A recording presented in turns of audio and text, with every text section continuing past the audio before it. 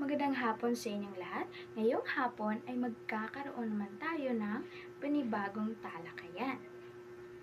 Ang talakayan natin ay mahalaga dahil ito ay nakikita at nahahawakan natin araw-araw. Naintindihan lang ba? Pero bago tayo magpatuloy ay meron tayong mga layunin na dapat makamit pagkatapos ng ating klase. Ang una ay nalalaman ng mga estudyante o ng mga mag-aaral ang mga halimbawa ng solido at likido. Pangalawa, nakapagpresenta ng isang tula tungkol sa bakit nga ba mahalaga ang solido at likido. At ang pangatlo ay napapahalagahan ang mga halimbawa ng solido at likido.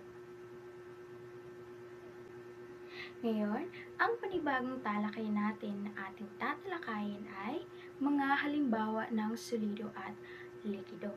Ngayon, meron ba kayong ideya kung ano ang solido at likido? Ayan, mayroong iba sa inyo na may ideya kung ano ang solido at likido. Ngunit, ako muna ang magbabahagi nito. Ngayon, ano nga ba ang solido klase? Ito ay ang mga bagay na mayroong hugis at mayroong sukat. Halimbawa na lang ay ito. Ang lalagyan ng tubig na ito ay isang halimbawa ng solido. Bakit nga ba? Dahil ito ay mayroong hugis at ito ay pwedeng sukatin. Ngayon, sino pa ba ang makapagbibigay ng halimbawa ng isang solido? Ayan, maraming salamat. Ngayon, may isang bagay na ipapakita ko sa inyo. Ito rin ay isang halimbawa ng solido. Halimbawa na lang ay ito. Ang salamin na ito. Ito ay isang halimbawa ng solido dahil ito rin ay may hugis at pwedeng sukati. Naintindihan lang ba? Ayan klase. Napakahalaga ng solido sa ating buhay dahil ito ay nagagamit natin, ito ay napapakinabangan natin at nakikita natin ito araw-araw sa paligid, sa bahay natin, sa kusina at kahit saan paman. Tandaan lamang klase na ang isang solido ay may hugis at ang mga bagay na nasusukat natin. Ngayon ay tumungo naman tayo sa likido. Mayroon ba kayong ideya kung ano ito? Ayan, maraming salamat. Ang likido klase, ito ay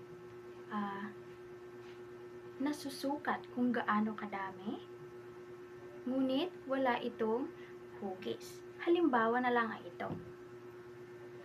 Ang laman ng tumbler na ito ay isang tubig, ngunit ang laman o ang tubig na ito ay hindi po na susukat.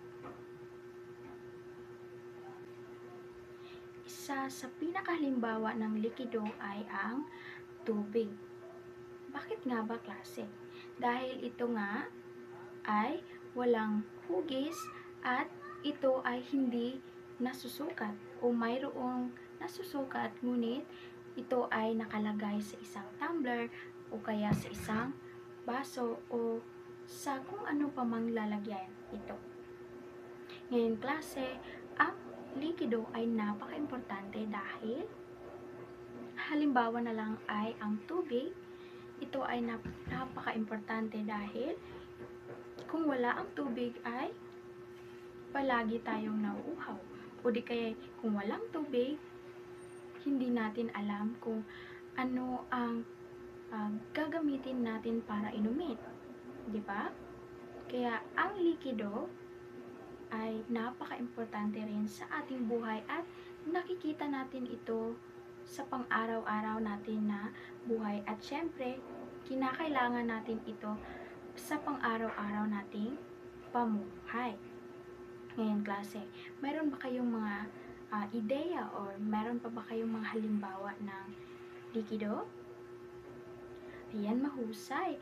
Ang gatas, ang kung ano-ano pa man na mga bagay na walang hugis at hindi nasusukat ay yan ay halimbawa ng isang likido.